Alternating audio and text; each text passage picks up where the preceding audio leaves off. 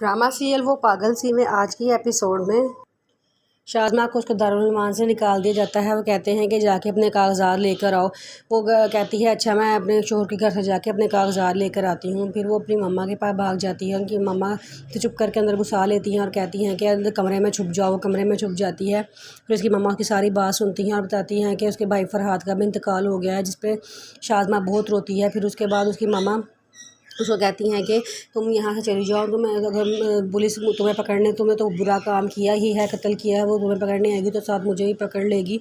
अब मेरी कोई उम्र है कि मैं जेलों में धक्के खाऊं। तो उसकी शाज़मा कहती है मामा आप कैसी मामा है, मैं आपकी बेटी हूँ, आप भी तो मुझे समझा सकती थी ना कि तुम गलत कर रही हो। अगर आप मुझे समझाती तो क्या मैं कभी नहीं ठीक ना करती। उसकी मम्मा कहती हैं बहरहाल मैंने जो कहा है तुम यहाँ से चली जाओ, लेकिन वो नहीं जाती। कहती है मम्मा मैं कहाँ जाऊँगी, मेरा कोई ठिकाना नहीं है, आप प्लीज़ मुझे अपने घर में रख लें। फिर उसकी मम्मा उसे पीछे से कमरे में बंद कर देती हैं, जहाँ उसे वहीं पे खाना पानी देती हैं और वो आराम से खाती है। सज्जो ज़हीर को कॉल करती है और कहती है कि मैं तुमसे एक बात करना चाहती हूँ, जिस पर ज़हीर कहता है कि क्या बात है। तो सज्जो कहती है कि मैं तुमसे बहुत मोहब्बत करती हूँ, इतनी मोहब्बत करती हूँ जितनी शायद आज तक किसी से ना की हो। ज़हीर कहता है तो मुझे भूलना होगा क्योंकि मेरी साथ शादी हो गई है, अब तो मैं ज़िंदगी में आगे बढ़ना है।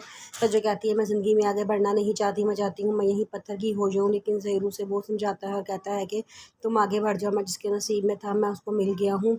जैसे सज्जो बहुत रो रही होती है और फ़ोन बंद कर देती है।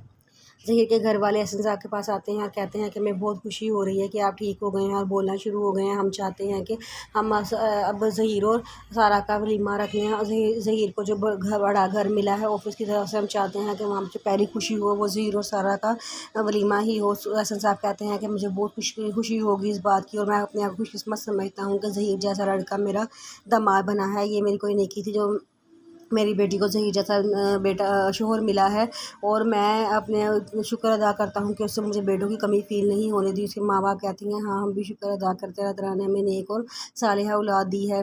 जिस पे एहसन साहब कहते हैं कि आप ठीक है, आप वलीमे की डेट फ़ाइनल कर लें, मुझे कोई एतराज़ नहीं है। तीसरी तरफ वली जो है वो सारा का दोस्त था, उसको उसकी कंपनी से निकाल दिया गया होता है। उसे एक बड़ी मुश्किल से एक शोरूम में 70,000 की नौकरी मिलती है।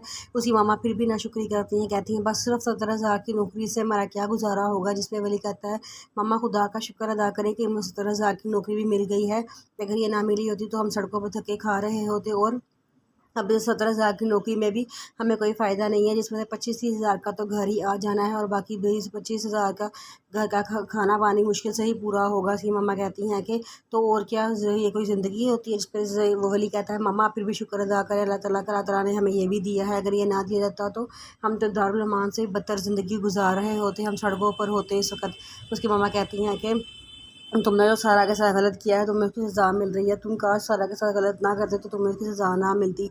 वली कहता है मैंने सारा के साथ क्या गलत किया है। इसकी मम्मा कहती है तुमने उसको धोखा दिया है कि जज्बात को ठेस पहुँचाई है, वो तुमसे सच्ची मोहब्बत करती थी लेकिन तुमने उसे नाजायज़ इस्तेमाल करने की कोशिश की है, उसके पैसा अपने आप करवाने की कोशिश की है, इसलिए अल्लाह ताला ने तुम्हें सज़ा दी है।